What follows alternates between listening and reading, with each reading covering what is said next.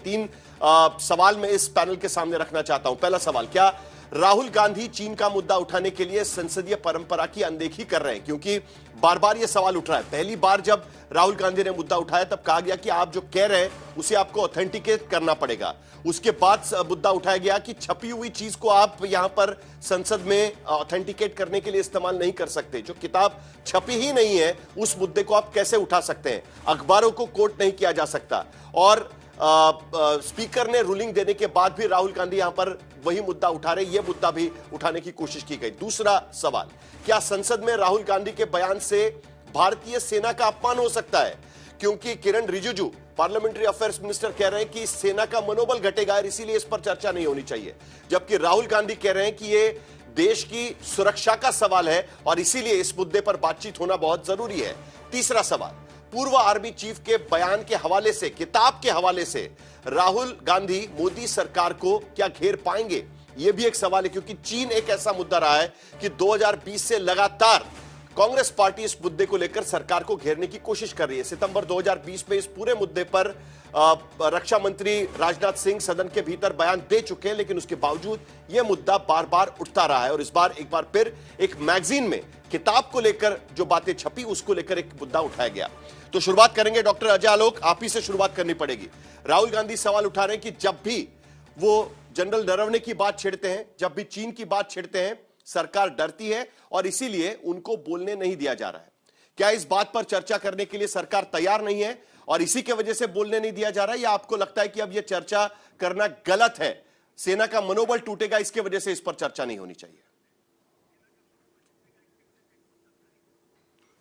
देखिए साहिल, आप उधारी में नाम तो रख सकते हैं गांधी, जो कि हैं गैंडी, लेकिन गांधी जी वाली बुद्धि कहां से लाइएगा? वो तो नहीं आ सकती है ना। अनवांटेड चीज को बार बार बोल के पार्लियामेंट का समय बर्बाद करना, अपने आप को टूल किट साबित करना विदेशी शक्तियों के द्वारा कि देश के बाहर तो बोलते ही थे अंडबंड, अब सदन के बाहर अंदर भी बोलने लगे स्पीकर के रूलिंग देने के बावजूद भी। यह सदन का और आसन का ही अपमान नहीं है, यह देश का भी अपमान है। सब खैर अपमान करने की तो उनको आदत लग गई है। चलिए थोड़ा मैं फैक्ट और फिगर्स पे ही देता हूं, मुझे उस पर कोट करिएगा जरा, मैं कहीं गलत बोल रहा हूं तो। 2004 में यूपीए आती है, 2005 और 6 official transfer from Chinese embassy, official on record है ये एफसीआरए में। 1,45,00,000 रुपया चाइना से राजीव गांधी फाउंडेशन लेता है 2005 और 6 में। 7 अगस्त 2008 एमओयू साइन होता है कांग्रेस पार्टी और पीएलए, चाइनीज लिबरेशन आर्मी में। क्या था वो एमओयू? देश को अभी तक नहीं पता चला क्या था। साइन राहुल गांधी जी नहीं किए थे और किसी ने नहीं किया था। 7 के बाद जब ये हो जाता है ऑफिशियल एग्रीमेंट साइन और पैसे भी ले लिए जाते हैं, तो 2008 में चुमू रीजन में तिया पांगकुक और चाबजी वैली 250 किलोमीटर का रेंज चाइनीज कैप्चर कर लेते हैं। इंडियन आर्मी को कहा जाता है कि आप कोई रिटेलिएशन नहीं करेंगे। 2008 में ही चाइनीज फोर्स जोरावर फोर्ट को डिस्ट्रॉय कर देती है। इंडियन आर्मी रिटेलिएट नहीं करती है क्योंकि एग्जीक्यूटिव ऑर्डर्स नहीं थे। ये कैसे हुआ? और ये क्यों हुआ कि 5-6 में पैसे लिए आपने, 7 में आप एग्रीमेंट साइन करते हैं, उसके बाद ये कैप्चर होता है। मैं अभी 1962 में अक्साई चीन वगैरह पे नहीं जा रहा हूं। 37,000 किलोमीटर जो नाना ने दे दिया वो तो छोड़ ही दीजिए। 2009 में चाइनीज फिर अटैक करते हैं इंडियन सोल्जर्स पे, इंडियन सोल्जर्स इंजर्ड होते हैं, पूरा हंगामा होता है। गवर्नमेंट ऑफ इंडिया 1 मिनट पे डिनाई करती है कि कोई अटैक नहीं हुआ। जिस पत्रकार ने स्टोरी ब्रेक की थी उस पर एफआईआर कर दी जाती है 2009। 2012 में डेंगचौक पे पीएलए का वॉच टावर पोस्ट बन जाता है। इंडियन आर्मी रिटेलिएट नहीं करती है क्योंकि एग्जीक्यूटिव ऑर्डर नहीं था। यह कैसे हुआ? 2022 में यही राहुल गांधी जी हैं। तवांग में हमारे भारतीय सेना ने जो बहादुरी दिखाई, जो शौर्य दिखाया, उसको पूरा देश जानता है। इस राहुल गांधी ने कहा कि चीनी सैनिक भारतीय सैनिकों को पीट रहे हैं। जुलाई 2017 में 19 में जब लोकसभा चुनाव चल रहे थे, ये भाई साहब मानसरोवर जाते हैं। उस वक्त तो लीडर ऑफ अपोजिशन भी नहीं थे। किस कैपेसिटी में चाइनीज इनसे मिलने आए, इनको एयरपोर्ट पे रिसीव किया, सी ऑफ किया। 2019 में जब 20 में जब डोकलाम चल रहा था, गलवान युद्ध हो रहा था, ये चाइनीज एम्बेसडर से रात में यहां पे मिल रहे थे। काहे के लिए भाई? सबसे बड़ी बात है, आप पैसे आप लो, एमओयू साइन आप करो, अपनी जमीनें चाइना को आप दे दो, और आज आप आउट ऑफ कंटेक्स्ट एक ऐसी किताब जो पब्लिश भी नहीं हुई है और एक ऐसा मैगजीन कारवां जो मनोहर कहानियां से कम रोचक नहीं है, जिसपे मल्टीपल केसेस हो चुके हैं, जिसमें कई बार एडिशंस बंद हुए हैं, जज लोया से लेके अरविंदम केस से लेके तमाम के फेक न्यूज चलाने वाला मनोहर कहानियां की किताब का एक आर्टिकल उठा के आप संसद का टाइम वेस्ट कर रहे हैं। ऑथेंटिकेट आप नहीं करेंगे। आप हैं कौन? ये क्या आपका परिवार का शासन चल रहा है क्या यहाँ संसद में? ये गलतफहमी से कब निकलेंगे? सुरेंद्र राजपूत इन सारे आरोपों का जवाब देंगे। आपकी जागीर नहीं है, आपके साथ कुछ गंभीर आरोप अब भारतीय जनता पार्टी के तरफ से कांग्रेस पार्टी पर लगाए गए। कहीं ना कहीं चाइना से 60 गांठ का आरोप भारतीय जनता पार्टी यहां पर लगा रही है। सुरेंद्र राजपूत इस बात का जवाब लेंगे, लेकिन उससे पहले डॉक्टर अजय आलोक, किस वजह से आप इस पार्लियामेंट के भीतर इस पर चर्चा नहीं होने देना चाहते हैं?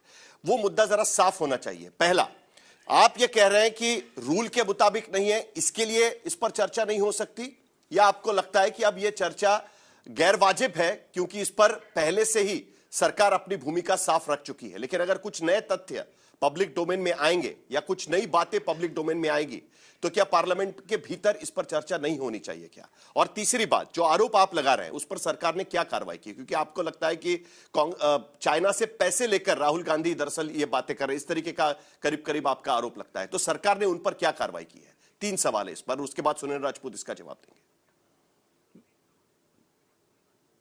सबसे पहली बात कि संसद चर्चा के लिए ही बनी है, लेकिन संसद नियमों से चलती है, आपकी मर्जी से नहीं। कि मेरा आज मन करेगा कि मैं करेले पे चर्चा करना चाहता हूं तो मैं करेले पे चर्चा कर लूंगा। नोटिस दिया जाता है, अब ऑथेंटिकेट करके नोटिस दिया जाता है, रिटर्न नोटिस दीजिए, अपनी बात रिटर्न में दीजिए और जिस चीज पे चर्चा करना चाहते हैं स्पीकर को दीजिए, समय मिलेगा चर्चा होगी। बात नंबर 1, ऐसे ही आप चर्चा नहीं कर सकते कोई चीज। सब्जी मार्केट नहीं है संसद। नंबर 2, कार्रवाई क्या हुई? 2022 में भी राजीव गांधी फाउंडेशन का FCRA लाइसेंस रद्द कर दिया गया ताकि ये फॉरेन डोनेशन और फॉरेन कंट्रीब्यूशन नहीं ले सकें। और तो और जाकिर नायक से, भाई साहब जाकिर नायक डिक्लेयर टेररिस्ट से इन्होंने 50 लाख रुपए लिए हैं राजीव गांधी फाउंडेशन ने। नई बात क्या कर रहे हैं हम लोग?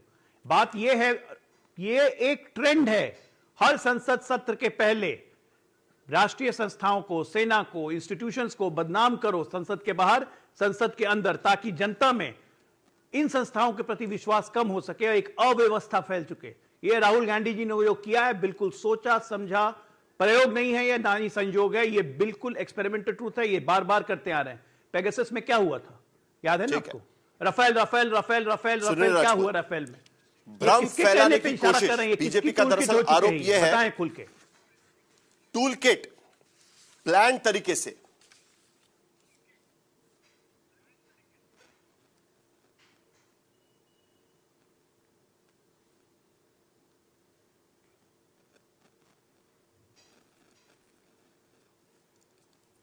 सुरेंद्र राजपूत, मेरी आपको आवाज आ रही है? तो अब आई है आवाज आपकी। सवाल रिपीट कीजिए, आपकी आवाज गायब हो गई थी।